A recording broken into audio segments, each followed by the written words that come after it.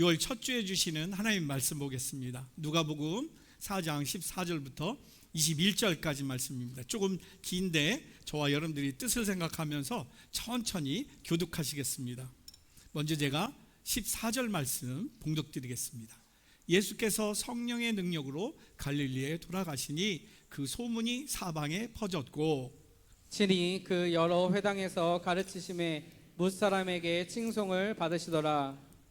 예수께서 그 자라나신 곳 나사렛에 이르사 안식일에 늘 하시던 대로 회당에 들어가사 성경을 읽으려고 서심해 선지자 이사야의 글을 들이거늘 책을 펴서 이렇게 기록된 데를 찾으시니 곧 주의 성령이 내게 임하셨으니 이는 가난한 자에게 복음을 전하게 하시려고 내게 기름을 부으시고 나를 보내사 포로된 자에게 자유를 눈먼 자에게 다시 보게 함을 전파하며 눌린 자를 자유롭게 하고 주의 은혜의 해를 전파하게 하려 하심이라 하였더라. 책을 덮어 그 맡은 자에게 주시고 앉으시니 회당에 있는 자들이 다 주목하여 보더라. 이에 예수께서 그들에게 말씀하시되 이 글이 오늘 너희 귀에 응하였느니라 하시니. 아멘. 오늘 본문을 통해서 주시는 하나님 말씀 제목이 예수님의 첫 사역입니다. 여러분 한번 같이 한번 읽어볼까요? 시작. 예수님의 첫 사역. 오늘도 예수님께서 사역하시는 줄로 믿습니다. 그 사역으로 여러분들이 오늘 치유되어지고 회복되어지고 시온의 대로가 열려서 승리하시는 축복의 시간 되길 주님의 이름을 가지고 축원합니다. 예수님께서 이제 처음 사역을 시작하십니다. 요단강에서 성령으로 세례를 받으시고 마귀의 시험을 이기셨을 때 예수님은 그리스도로서 메시아로서 당신의 첫 번째 사역을 시작하십니다. 그런데 여러분 예수님께서 이제 첫 번째 구원 사역을 시작하시는데 할 일들이 굉장히 많으셨을 것이었습니다. 여러 가지 있을 거예요. 많은 지식과 지혜를 가지신 예수님이 또 학파를 또 형성해서 사람들을 이끄실 수도 있었을 것이고 정치 지도자들을 또 이끌어서 지혜를 주고 또 정파를 또 만들 수도 있었을 것이고 또 다른 방법으로 사람들을 많이 치료해서 사람들로 인해서 많이 오게 해서 구원의 역사를 또 이루어 가실 수도 있으셨을 것입니다.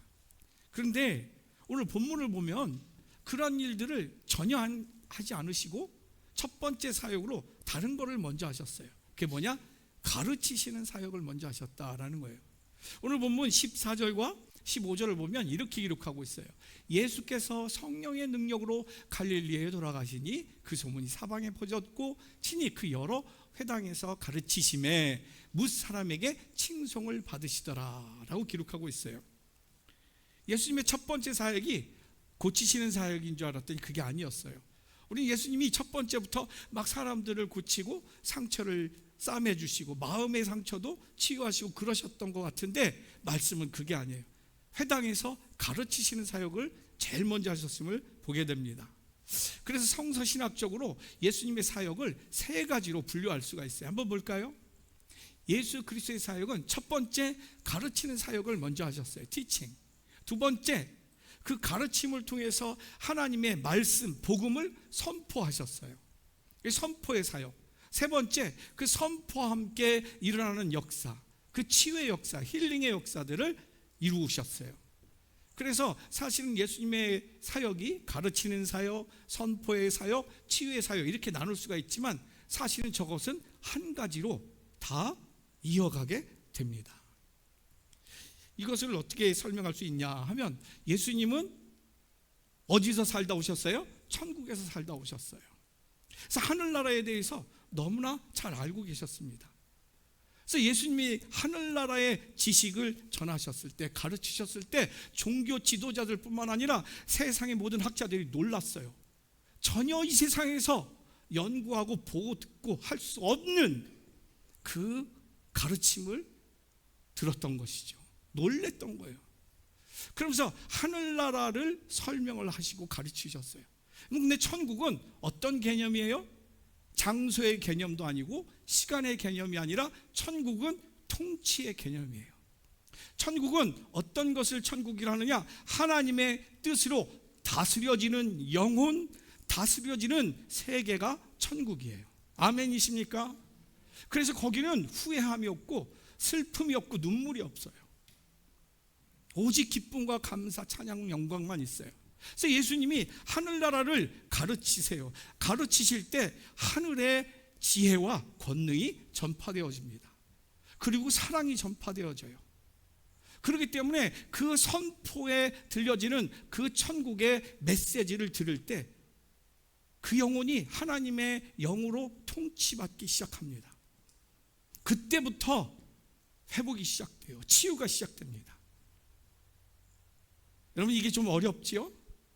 근데 그게 진리예요. 여러분, 우리가 지금 교회 오면서 마음이 무거우신 분들도 계세요. 기쁜 분도 계시지만 기도 제목이 있어요. 부모님 문제도 있고, 우리 자신의 건강의 문제도 있고, 자녀들의 진로의 문제, 미래 문제도 있고, 집 문제도 있고, 사업의 문제도 있고, 여러 가지 문제들이 있어요. 또 인간 관계의 문제도 깨지기도 하고 아프고.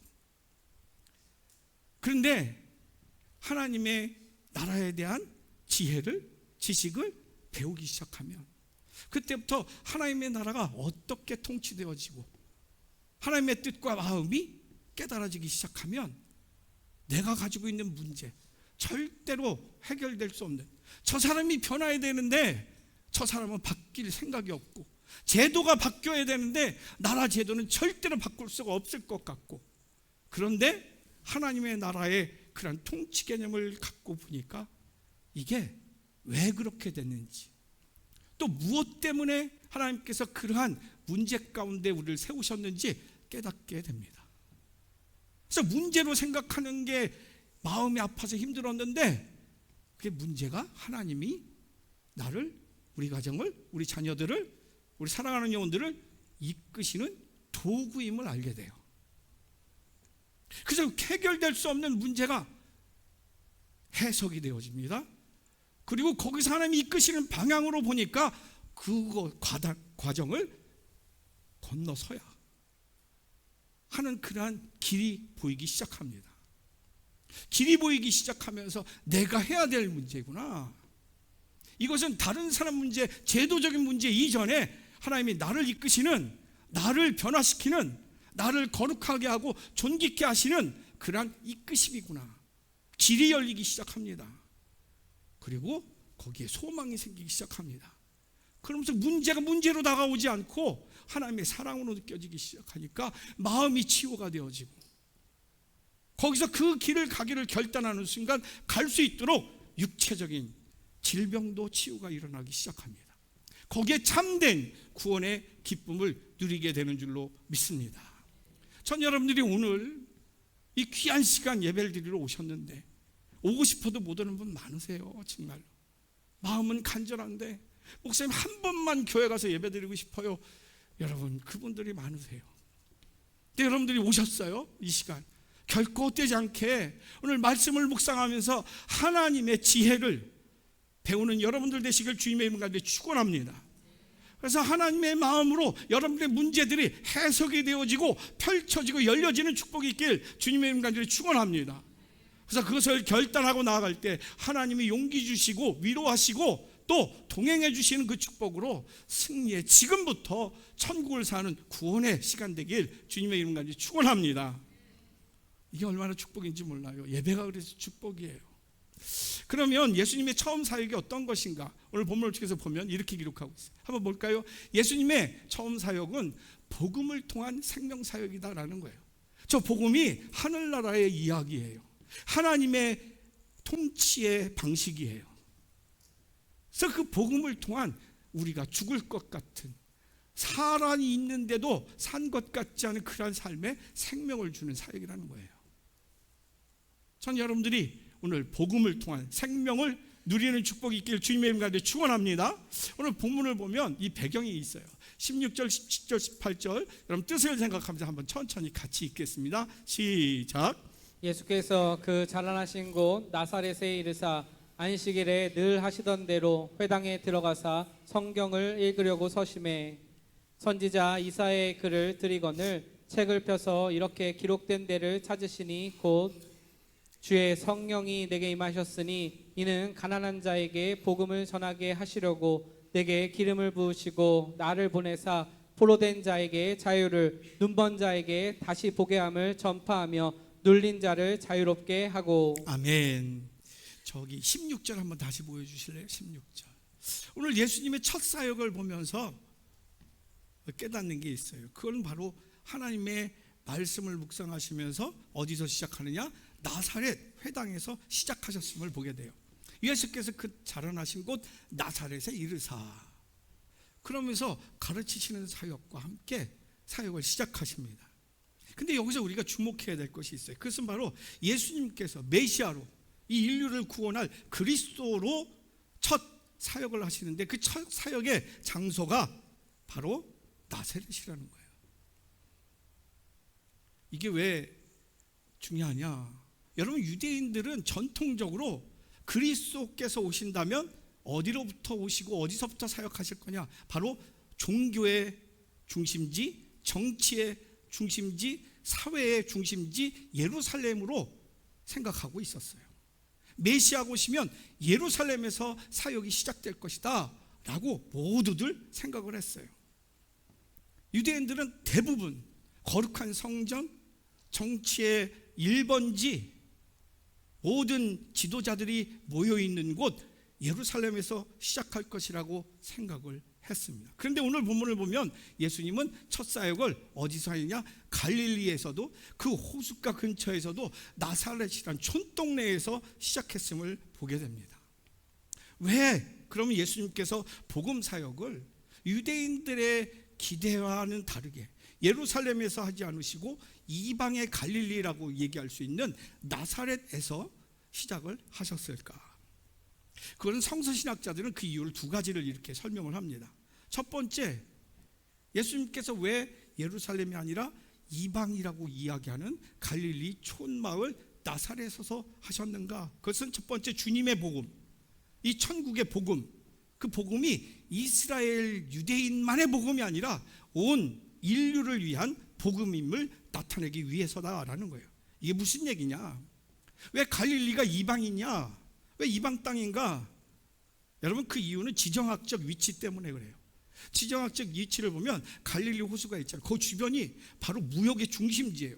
북쪽으로는 굉장히 큰 나라 아수르와의 관계가 있는, 시리아의 관계가 있는, 시리아 다마스커스랑 통하는 연결 통로가 있고, 남서쪽으로 보면 애굽, 그때 가장 큰 대국 애국과 무역 통로가 바로 이 갈릴리 나사렛을 통과하는 거예요. 그래서 갈릴리는 무역의 아주 중심지였어요. 호수와 함께. 그래서 갈릴리는 문화가 유대 문화가 아니에요. 이방 문화로 가득했어요. 따라서 교역의 요충지, 무역의 요충지 갈릴리에서 복음 선포가 된 이유는 바로 이 복음은 유대인만의 복음이 아니라 전 인류를 향한 복음임을 알리기 위해서 예수님이 거기서부터 시작하셨다라고 신학자들은 이야기하고 있습니다. 두 번째, 왜 갈릴리 나사렛에서 예수님의 첫 번째 사역을 시작하셨는가? 그것은 뭐예요? 예수님의 복음은 하나님의 말씀을 통해서, 천국의 복음을 통해서 생명을 살리는 복음이기 때문에 나사렛에서 시작하셨다라는 거예요. 이게 무슨 얘기인가? 갈릴리 나사렛은 무역의 중심지였고 이방 문화로 가득 찼지만 나사렛의 사람, 갈릴리의 사람들은 멸시와 천대를 받는 사람들이었다라는 거예요. 유대인들에 의해서. 왜 그런지 여러분 아시죠? 사마리아는 다 이해가시죠? 사마리아의 큰 지역에 바로 위에 있는 게, 붙어 있는 게 갈릴리예요. 그 갈릴리에 붙어 있는 게 나사렛이에요. 여러분, 사마리아 북이스라엘의 수도였어요. 근데 BC 722년에 아수르에 의해서 북이스라엘이 멸망을 당해요. 멸망을 당하면서 이 아수르가 무슨 정책을 폈느냐? 이 유대인들은 혈통을 굉장히 중요시 여겼어요. 야곱의 12지파, 얼마나 자기 혈통을 지키는 게 최고의 거룩이었고 능력임을 스스로들 갖고 있었던 거예요. 그래서 아수르가 잘 지배하려면 이 혈통을 흐트러 놔야 됐었어요. 그래서 사마리아와 갈릴리 지역에 있는 모든 유대인들을 다 아수르로 포로로 끌고 갔어요. 그리고 동시에 그 빈자리에 아수르 사람들을 다 글로 이주시켰던 거예요. 남겨진 사람, 간 사람 다 혼혈할 수밖에 없는 거예요. 사마리아인이랑 유대인들은 이야기하는 자체를 싫어해요. 저주받은 땅, 저주받은 영혼들이라는 거예요. 왜? 율법으로 더럽혀진 사람들이라는 거예요. 희망이 없고 하나님이 버린 사람들이라는 거예요. 그래서 나사렛 사람들은 돈은 많이 벌었어요. 문화는 많이 누려요. 그런데 자존감이 엄청 낮아요. 그리고 상처가 있어요. 우리가 잘못해서 그런 것도 아닌데, 지도자들이 잘못해서 하나님의 채찍으로 아수르에 멸망당한 건데, 그래서 우리는 끌려간 거, 그리고 고통당한 것밖에 없는데 너무나도 속상한 거예요. 분노가 있고 자격지심이 있고, 나는 또 혈통이 정통 혈통이 아니야. 이방인들이, 부모님들이 계시고 너무 수치심이 있는 거예요. 그 상처가 있는 나사렛, 마치 위안부 같은, 위안부 할머니 같은, 일제시대에 참 그 소녀들이 13, 14, 15, 16 소녀들이, 그 소녀들이 무슨 죄가 있고 잘못을 했어요?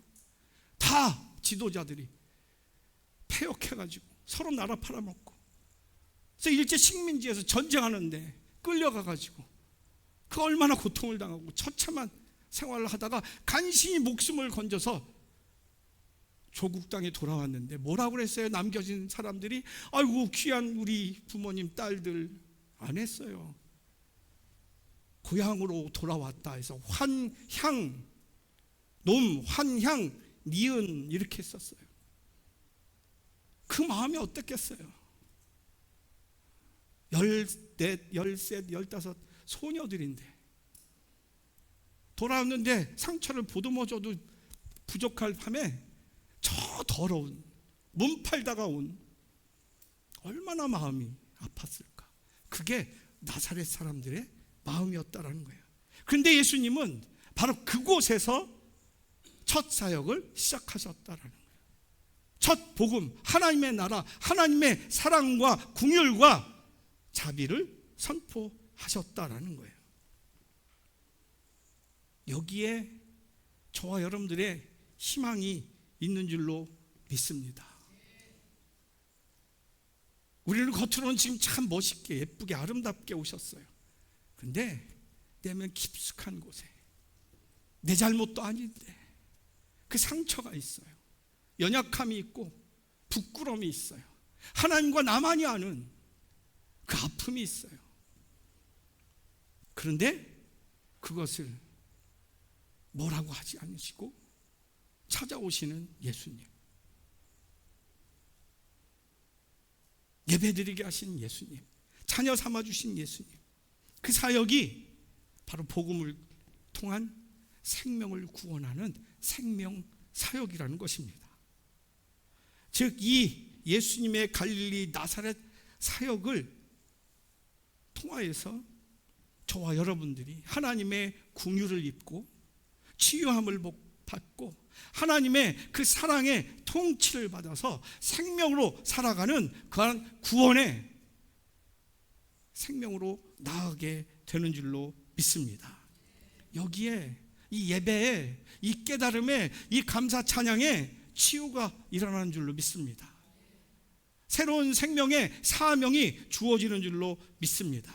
실제로 우리나라가 이러한 예수 그리스도의 긍휼의 사역, 이것 때문에 우리나라가 이렇게 축복받게 된 줄로 믿습니다. 우리나라의 첫 번째 선교사 언더우드 아펜셀러 선교사, 한번 사진 볼까요? 네, 언더우드 선교사님이에요. 근데 미국 장로교회 선교사님인데 묘지가 양화진에 있어요. 여기서 뼈를 묻었어요. 자녀들이 여기서 태어났어요. 근데 언더우드 선교사님이 1884년 4월 2일 날 부활절날 우리나라에 발을 디뎠어요. 근데 사역을 하는데 너무 비참한 거야. 이 나라가 조선 말기 얼마나 비참한지 몰라요.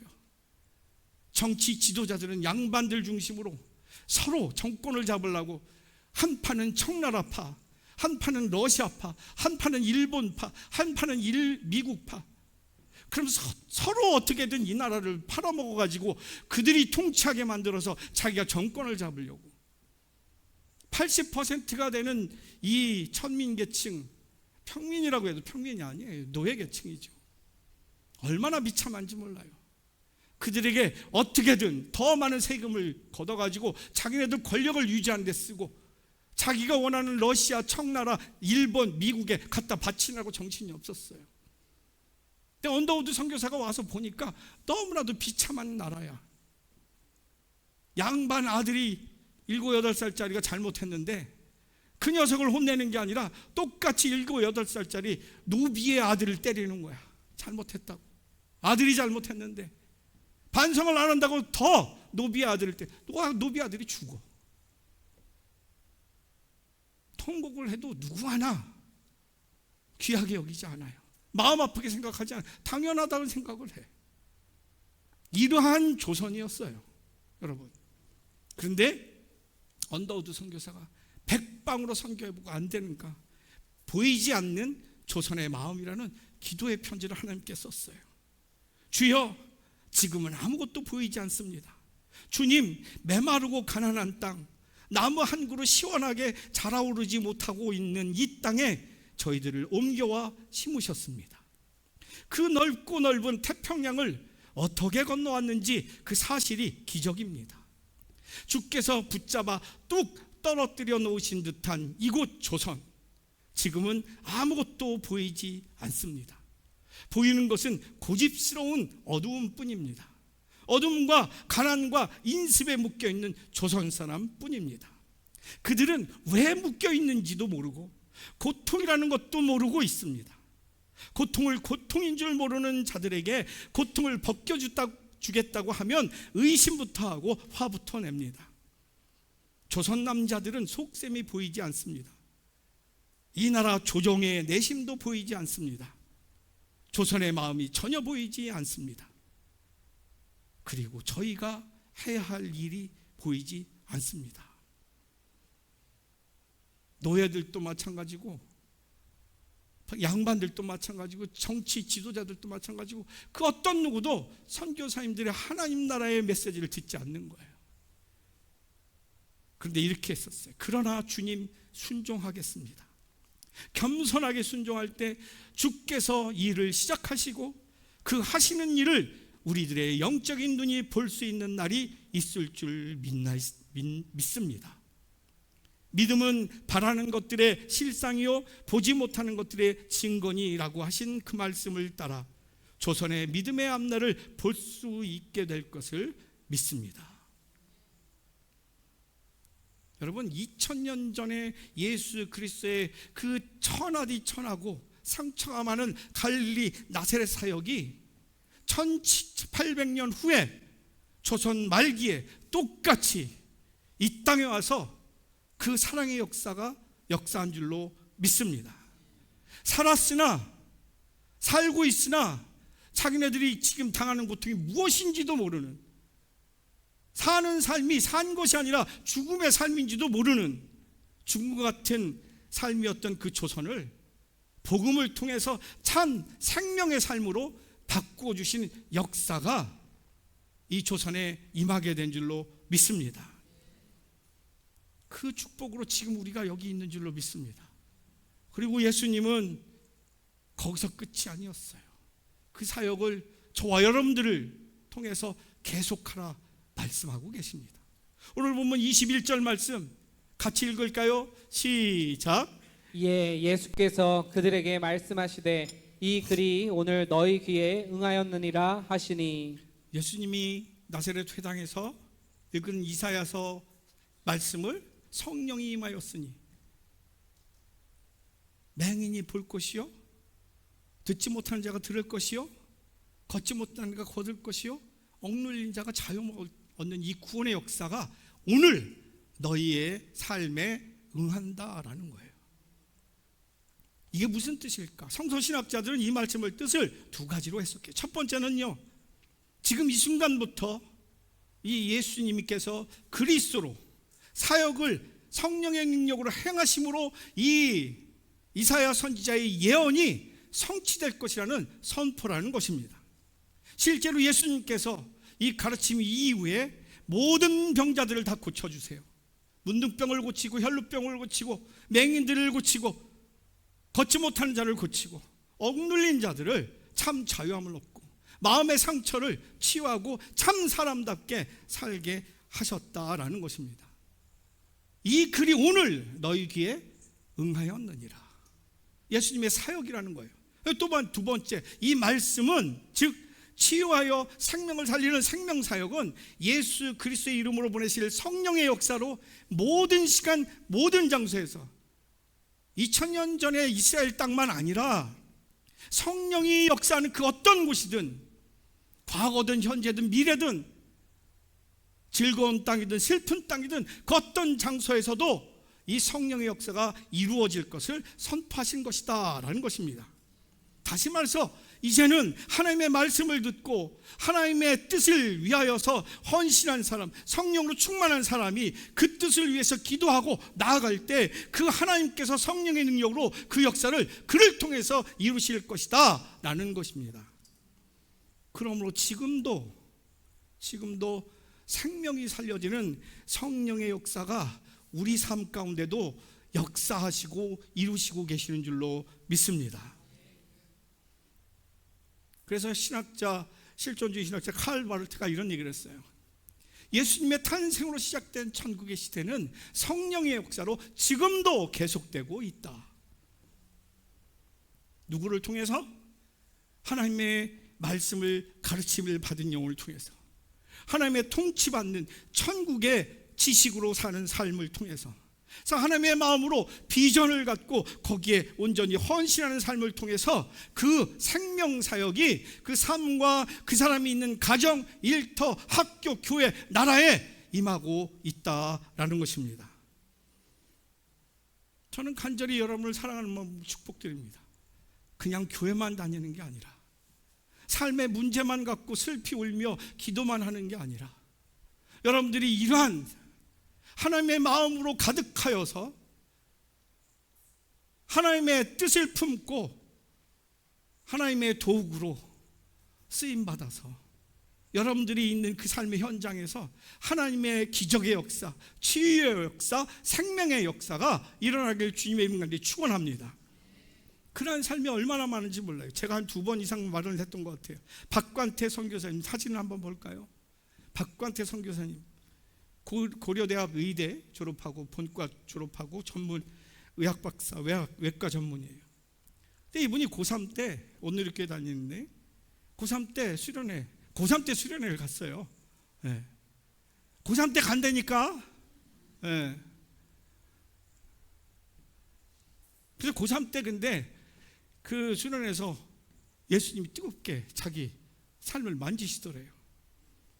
그래서 자기가 의대에 합격하면 의료 선교사로 헌신하겠다 서원을 해요. 그런데 절대로 등급수를 보면 합격할 수가 없는데 합격을 한 거야. 근데 어때요? 사람이 화장실 가기 전 거 나오는 거. 근데 의과대 갈 때는 좀 본과 예비과에서는 1, 2학년 때 그렇게 기본적인 거니까. 근데 본과 3학년부터 시작하니까 그때부터 수술을 따라 들어가고 보조를 하는데 너무나도 충격적이 힘든 거야. 그래서 끝날 때마다 술 먹고, 술로 여러분 의사분들 아시잖아. 막 그 충격이나 저 힘든 일들 때문에 술로 살아요. 그래서 선배들과 맨날 술, 그러니까 주일날도 없는 거예요. 주일날도. 교회가 빠지기 시작합니다. 근데 그때 의대 친구 심재학이라고, 친구가 관태야, 너는 외과로 나는 내과로 의료 선교사 하자. 너 약속하지 않았냐? 그래서 어쩔 수 없이 끌려 교회 다니는데 갑자기 이 친구 심재학이 악성 임파암으로 항암 치료를 시작합니다. 관태야, 내가 몽골로 의료 선교 가야 하는데 암으로 못 가니까 네가 내 대신 가줘.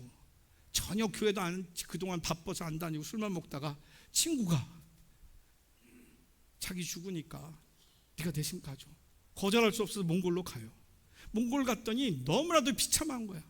1,000원짜리 약 하나 먹으면 나을 거를 그걸 못 먹어서 죽는 거예요.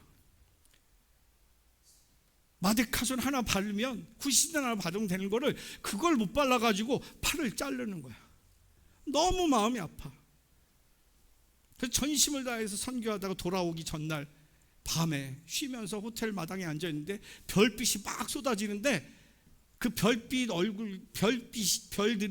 자기가 치료했던 몽골 사람들의 얼굴로 다 보이더라는 거예요. 그러면서 하나님의 음성이 들리더래요. 관태야, 저들을 위해서 누가 갈까? 나는 저들을 위해서 관태 네가 갔으면 좋겠다. 하나님이 그 말씀을 주시더래요. 그 말씀을 딱 듣는 순간 자기가 고3 때 대학이나 갈까 그러다가 하나님 나 의대 보내주시면 헌신하겠다는 그 모습이 뚝 떠오르더래. 그래서 얼마나 창피하고 얼마나 마음이 아픈지 거기서 꼬꾸라져서 결단을 하게 됩니다. 한국에 돌아오자마자 몽골어를 배우기 시작합니다. 그때 심지학 친구가 암으로 세상을 떠나요. 관태야 미안해. 난 아무래도 함께 못 갈 것 같다. 네가 내 목까지 선교 부탁한다. 그래서 레지던트 마치자마자 어린 딸 3살짜리 그리고 둘째 아들 아들을 데리고 몽골로 들어가요. 난 참 그게 자기 혼자 가서 고생할 거지 왜 애들까지 그때 부인까지 데리고 가냐고.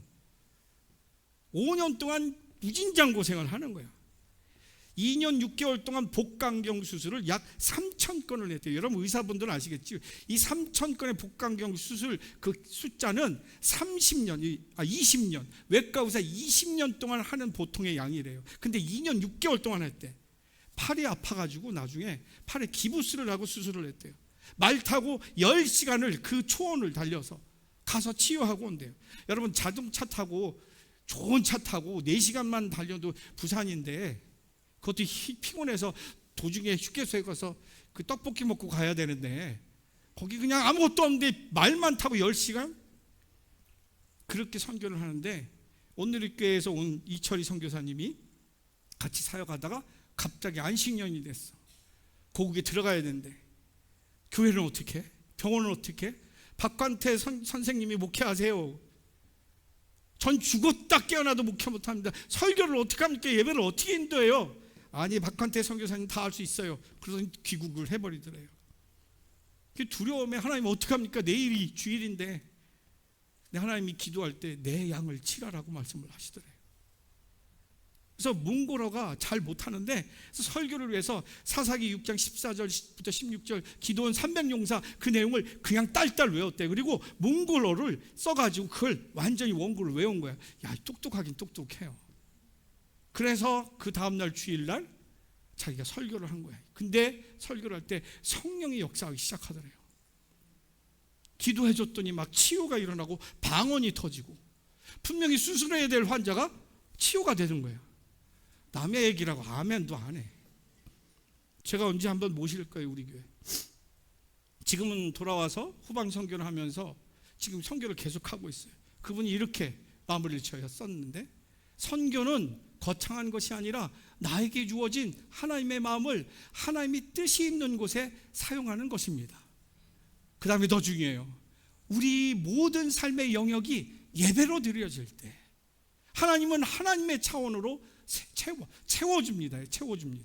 세워주는 게 아니라 채워주십니다. 이것이 가장 간단한 인생의 성공 방식입니다. 우리의 삶이 예배로 드려질 때 하나님 내 사업이 하나님께 쓰임받게 하여 주옵소서. 내 공부가 하나님께 쓰임받게 해 주시옵소서. 내 아름다운 음악 실력이 성악이 피아노가 하나님께 쓰임받게 해 주시옵소서. 예배로 드려질 때 내 삶에 필요한 것들을 하나님께서 하나님의 차원에서 채워주신다라는 거예요. 이게 인생의 성공 방식이라는 것입니다. 사랑하는 성도 여러분, 지금 우리는 시시한 시대를 사는 게 아니라 아주 특별한 시대를 살고 있습니다. 어떤 시대? 성령이 역사하는 시대를 살고 있는 줄로 믿습니다. 예수 그리스도의 복음을 통하여서 내 삶의 예배로 드려질 때 하나님께서 그 삶을 하나님의 능력의 통로로 쓰시는 세계를, 그 시대를, 그 시간을 지금 우리는 살고 있다라는 것이에요. 여러분들은 그 시간을 살고 계십니까? 그 기적들이 여러분의 삶의 가정에 있어요? 기쁨들이 있으십니까? 저는 간절히 소망합니다. 여러분들에게 이 박관태 선교사님 이상으로 하나님의 기적의 역사들이 여러분의 삶에 있길 주님의 이름으로 축원합니다. 그러기 위해서는 하나님의 삶으로, 삶이 예배로 드려져야 돼요. 질문 드리고 마칠게요. 지금 나에게 있어서 가장 중요한 인생의 성공 방식은 어떤 것이 있습니까? 인생의 성공 방식, 하나님이 하나님의 차원에서 채워주시는 삶. 내가 해서 될 수 있는 거면 뭐 편하게 되겠죠. 근데 안 되는 게 있어. 근데 하나님이 하나님 차원에서 그걸 채워줘. 그게 인생의 성공 방식이에요. 근데 그 인생의 성공 방식으로 누리는 중요한 방식 어떤 게 있냐? 저는 이거 일주일 동안 이 질문에 답하면서 지냈어요. 참 감사한 게 제가 목사더라고요. 직업이 목사야. 제가 하는 게 하나님의 일이더라고요. 얼마나 감사한지. 만약에 내가 나를 위해서 살고 애들을 위해서 일해야 되고 한다면 저는 참 무능했을 것 같아. 물론 생긴 건 잘생겼지만 참 힘들었을 거예요. 근데 하나님이 저를 목사로 세워주셨어요. 그리고 하나님의 마음으로 맡겨진 귀한 영혼들을 위해서 눈물로 기도하게 하시고 사랑하게 하셨어요. 얼마나 감사한지요. 그러니 그렇게 보다가 보니까 내 아내도, 우리 두 딸도, 우리 부모님들도 다 얼마나 귀한 축복인지, 얼마나 감사한지 몰라요. 두 번째 질문 보면 그 인생의 성공 방식으로 누리는 천국의 일은 무엇이 있습니까? 여러분 아시잖아요. 여기도 그 증인들이 계시잖아요. 정말 간절한 마음으로 암 말기인데 기도했는데 치유되어지고, 뇌졸중으로, 뇌경색으로, 뇌출혈로, 또 다른 암으로 위하여서 기도할 때마다 하나님께서 치유하시고 역사하시고 또 헌신하게 하시는 그 역사들, 그게 천국의 일 아니고 뭐겠습니까? 얼마나 감사한지 몰라요. 그리고 부족하지만, 자랑할 것이 없지만 우리의 자녀들, 제가 자랑스러운, 제가 자녀들에게 해준 게 없어요.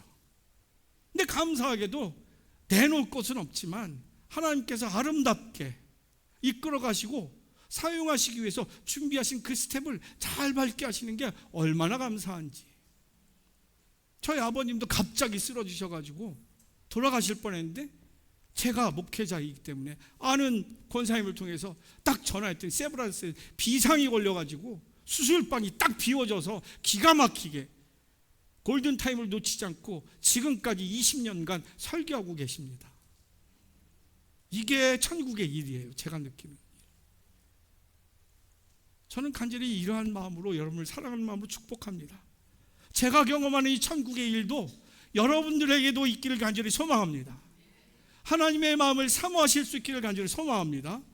그리고 그 마음에 온전히 헌신하실 수 있기를 간절히 소망합니다.